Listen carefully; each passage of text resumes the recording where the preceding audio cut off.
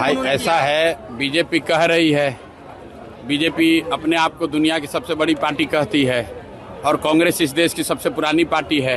तो बीजेपी ने इल्जाम लगाया है, कांग्रेस उसका जवाब देने में सक्षम है। हम लोग को उसमें क्या बोलना है? हम लोगों ने जो वीडियो देखा है उसमें वंदे मातरम पूरा गाया गया है।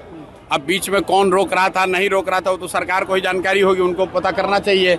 अगर सही में कांग्रेस के लोगों ने गलती की है तो अब तो बजाबता उस पर सरकार ने कानून बना दिया है। अगर आप अपमान कीजिएगा तो आप पर केस हो जाएगा।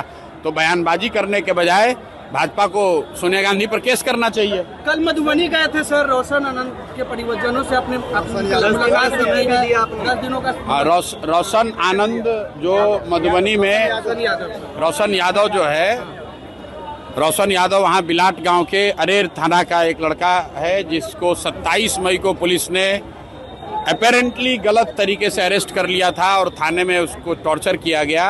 और बाद में 4 दिन के बाद जब लोगों को पता चला तो फिर उसको छोड़ा गया, फिर पुनः गिरफ्तार किया गया और अभी कारा में उसकी मृत्यु हुई है।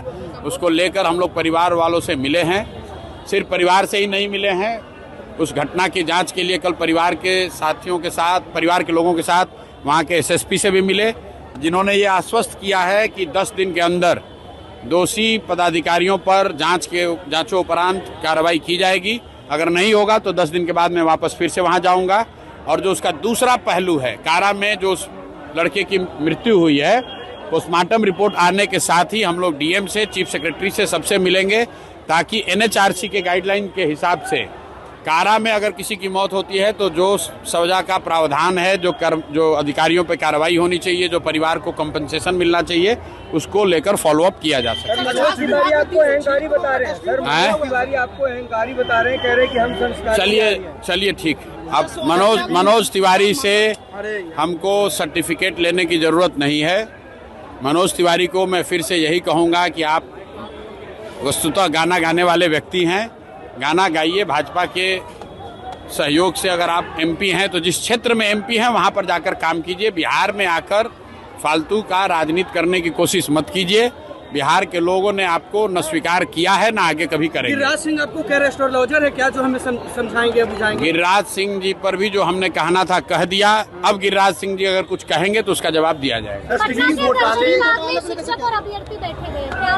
अब मेरी जानकारी में है कुछ वहाँ पर पीएचडी के छात्र हैं जो बहुत दिनों से आमरण अनशन पर हैं और कुछ दूसरे अभ्यर्थी भी बैठे हुए हैं, हमारी जानकारी में है। अभी मैं गया नहीं हूँ, जरूरत होगी तो जाएंगे।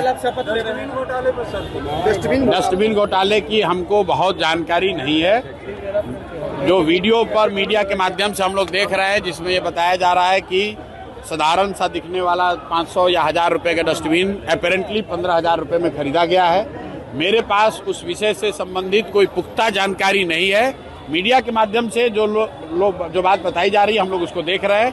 जब पूरी बात हमारी संज्ञान में आएगी, अगर हमको उसमें कुछ कहने की जरूरत होगी तो कहेंगे। कल शपथ लेने जा रहे हैं सर, कल शपथ लेने जा रहे